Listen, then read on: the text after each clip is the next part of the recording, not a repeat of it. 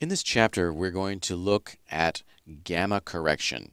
So you will be able to understand what gamma correction is, because it's very important.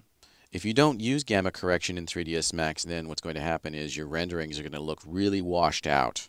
So what I've done here is I've opened up this photograph that I've taken of San Francisco's Mission neighborhood, and we're going to just add an adjustment here so we can sort of simulate the way that gamma correction works.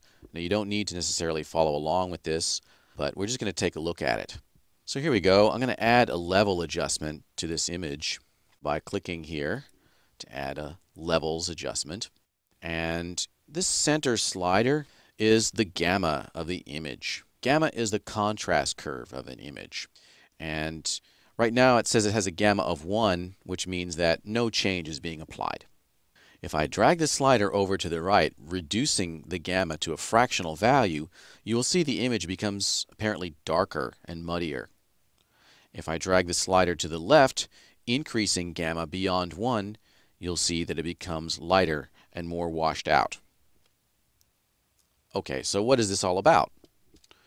Well, basically, images and display devices and capture devices all have gamma correction built into them so that when you view an image on your screen, for example, it'll be at the correct brightness.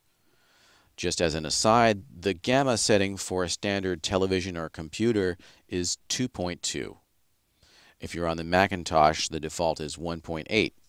So in fact, you should probably set it to 2.2 if you're on the Mac. Image files stored on your computer have a gamma setting built into them.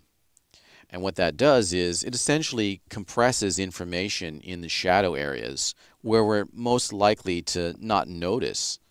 So that's fine for viewing an image on the screen, but if we wanted to apply this to a surface and render it in Mental Ray, then Mental Ray is going to have to be told that the image has a certain gamma in order for it to be able to uncompress that information, quote unquote.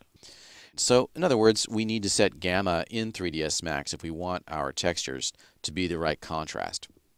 And so that's a basic introduction to the concept of gamma. Next we'll take a look at 3ds Max and how to set the interface correctly in order to achieve the desired results of good contrast on our textures.